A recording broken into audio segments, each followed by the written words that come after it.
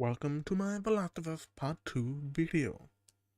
I played the game on stream in January of 2021, and if you're interested in my playthrough, I'll give you a link in the description, but beware, it's in German. Now, I made this video because I had some thoughts about the game, but also about other people that played it. And by the way, in case you clicked on this video and haven't played the game, spoiler warning. Now, I'm gonna start with some general things. It, by far, was not the best game of 2020. It felt too long, even though it actually was not that long, especially some linear paths are too drawn out. And I know it was optional, but Seattle was also too long, especially in relation to the screen time the town of Jackson got. The game has some really nice moments, but a little bit too scattered. Something that will only be a tangent in this video, different from the German version of this video, is the German translation. To just briefly check that, it was really bad, and they really crossed out anything slightly resembling cursing. This took a lot of gravity from situations and the grittiness that this game really tries to get across. But enough of that, let's look at some positive things I have to say. Opposite to the German translation, the English synchro and the motion capture was amazing, as was the music, especially the ending song, and I also liked most of the new characters. Dina and Abby are frontrunners for me in that department, and I also liked how they structured the story between Abby and Ellie. It's basically asymmetrical. These two are two sides of the same coin. You know, Ellie becomes what she hates the most, and Abby kind of becomes a Joel-like person, looking after younger ones and actually caring, while Ellie becomes what Abby was at the start of the game, from her perspective at least.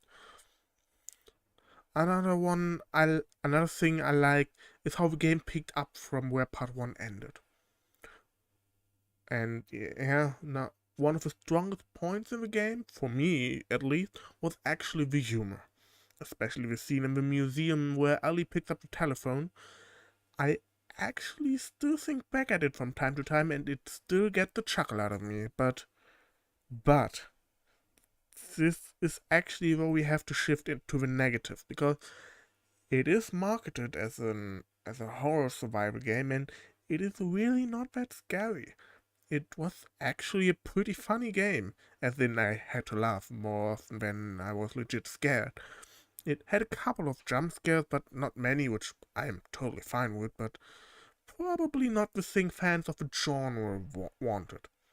I also had some minor gripes, things like the Terrified that are used too scarcely, as well as the Prophet on the other hand, On the other hand, the Rattlers could have been cut entirely, and the story wouldn't become worse, maybe even in reverse. But my biggest complaint is the use of Joel. He actually felt pretty flat for me, and the only scene with him that mattered to me was the aforementioned museum scene. But that also was after his death.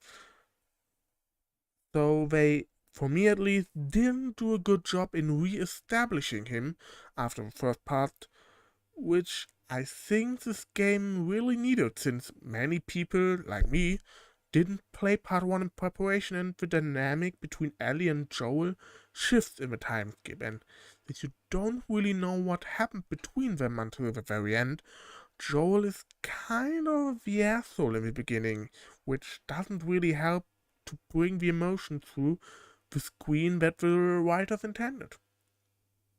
The last thing I didn't like that much was the ending, but that was probably because I kinda sketched the perfect ending in my head already. You know, I hope to see something different when there were Ellie and Joel on this porch or veranda. I hope that that scene was in heaven, and Joel and Ellie finally saw each other again, and I would have laughed if it was ambiguous, but then at the end you hear Joel's daughter calling out for him from inside the house. Cut to credits. For me personally, it would have made the perfect ending, and you could in this scenario just leave it open how she died and just start a third part with Joel and Ellie reciting old stories, like how Ellie's life was between the end of her fight with Abby and her death. And you also could sell a pretty few more copies with this chance to actually market Joel again.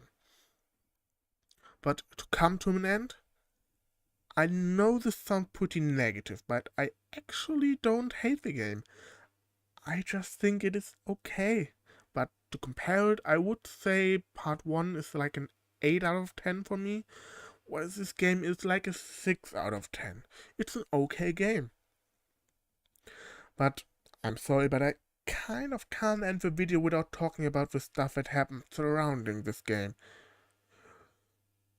To all those people out there that think a game gets worse if you have any LGBTQIA plus representation in it, fuck you, what's wrong with you? You complain about realism in this area, but if a gun in a game or a projectile is even a tiny bit off or not correct, you're complaining about lacking realism. Fuck you. But while we're at it, what is wrong with people that attack the death and the motion capture lady that brought Abby to life? Just because a body doesn't resonate with your picture of a quote-unquote perfect woman?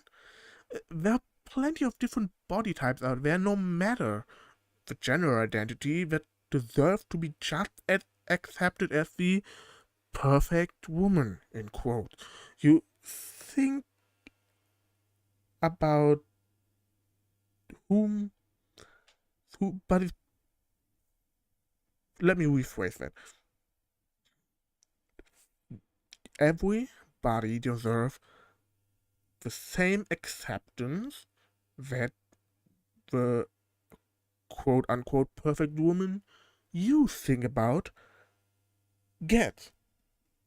I hope you understand what I'm trying to say with that.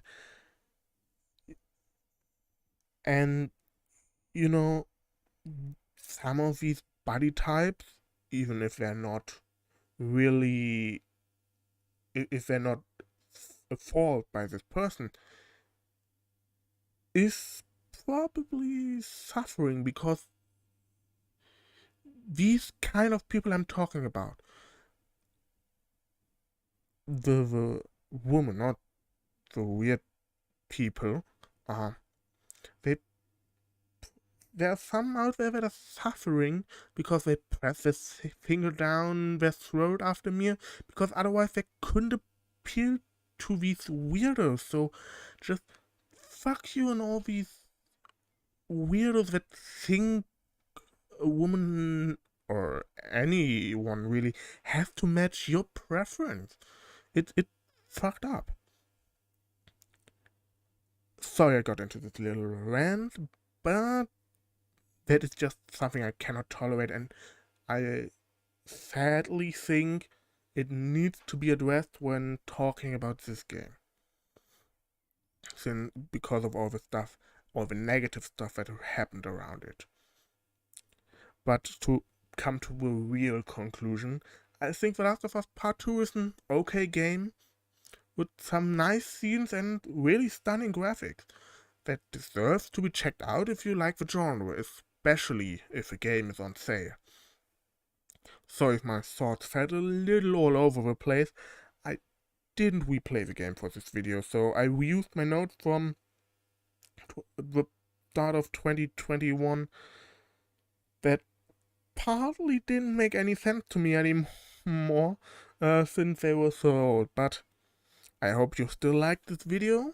If so, please leave a like and subscribe to the channel. That would really help me out. Thanks.